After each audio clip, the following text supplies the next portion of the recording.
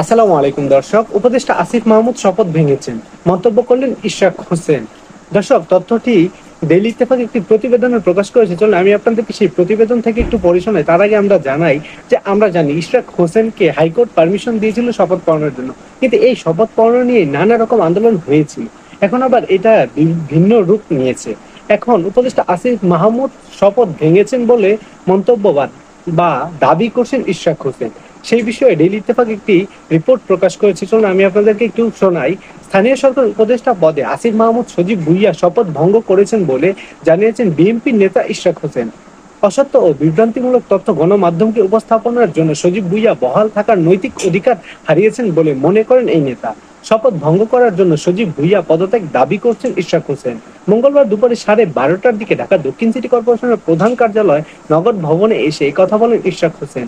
শপথের মাধ্যমে দায়িত্ব বুঝে না পেলেও মঙ্গলবার 17 জুন নগর ভবনের একটি মিলনায়তনের সংস্থাটির প্রায় 70টি ওয়ার্ডের সচিবদের নিয়ে বৈঠকে বসেছেন ইশরাক হোসেন।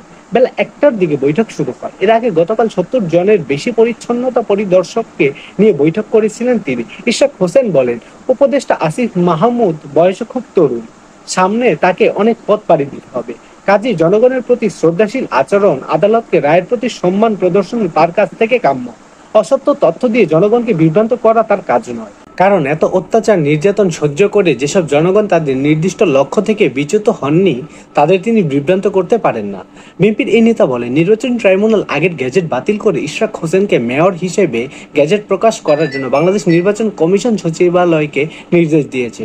এই নির্দেশ অনুযায়ী নির্বাচন কমিশন 10 দিনের মধ্যে 27শে এপ্রিল সংশোধিত গ্যাজেট প্রকাশ করে প্রয়োজনীয় ব্যবস্থা নিতে স্থানীয় সরকার বিভাগে পাঠিয়ে দিয়েছে। এই সংশোধিত গ্যাজেট পেয়ে শপথ অনুষ্ঠানের আয়োজন ছাড়া স্থানীয় সরকার বিভাগের কিছুই করণীয় নেই বললেন ইশরাক। তিনি অভিযোগ করেন, ট্রাইব্যুনালের রায়ের বিরুদ্ধে নির্বাচন কমিশন আপিল করবে কিনা, নির্বাচন ট্রাইব্যুনালে আর্জি সংশোধনের সুযোগ নেই ইত্যাদি বিষয়ে প্রশ্ন তুলে শপথ অনুষ্ঠানের আয়োজন দেরি করা হচ্ছে। গতকাল স্থানীয় সরকার উপদেষ্টা আসিফ মাহমুদ সজীব ভুইয়া বলছেন, শপথ গ্রহণের বিষয়টি বিবেচনাধীন থাকা অবস্থায় গ্যাজেটের মেয়াদ শেষ হওয়ায় শপথ পড়ানো যায়নি। উপদেষ্টার এই বক্তব্য উল্লেখ করে ইশরাক বলেন, এ কথা সত্য হলে ভবিষ্যতে কোনো নির্বাচিত প্রতিনিধি আর শপথ পড়ার সুযোগ পাবেন না।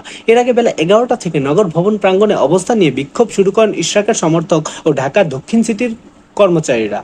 পূর্ব ঘোষণা অনুযায়ী তারা বেলা 1টা পর্যন্ত অবস্থান কর্মসূচি পালন করেন। ইশরাক হোসেনকে ঢাকা দক্ষিণ সিটি মেয়রের দায়িত্ব বুঝিয়ে দেওয়ার দাবিতে 14 মে থেকে নগর ভবনের সামনে অবস্থান করা বিক্ষোভ করছেন এই সমর্থকেরা। পরের দিন 15 মে থেকে তারা নগর ভবনের সব ফটকে তালা ঝুলিয়ে দেন। ঢাকাবাসীর ব্যানারে তারা এই কর্মসূচি পালন করছেন। সেদিন থেকে এখন পর্যন্ত নগর ভবনের সব ফটকে তালা ঝুলছে। তবে শপথ না নিয়ে ইশরাক হোসেন কিভাবে নগর ভবনে সভা করছেন এবং কর্মকর্তা কর্মচারীদের নির্দেশ দিচ্ছেন তা নিয়ে প্রশ্ন উঠেছে। দর্শক, এই ছিল এখনকার মতো সর্বশেষ এই নিউজ আপডেট। পরবর্তী নিউজ আপডেট পেতে আমাদের চ্যানেলটিকে অবশ্যই সাবস্ক্রাইব করে আমাদের পাশেই থাকবেন। ধন্যবাদ।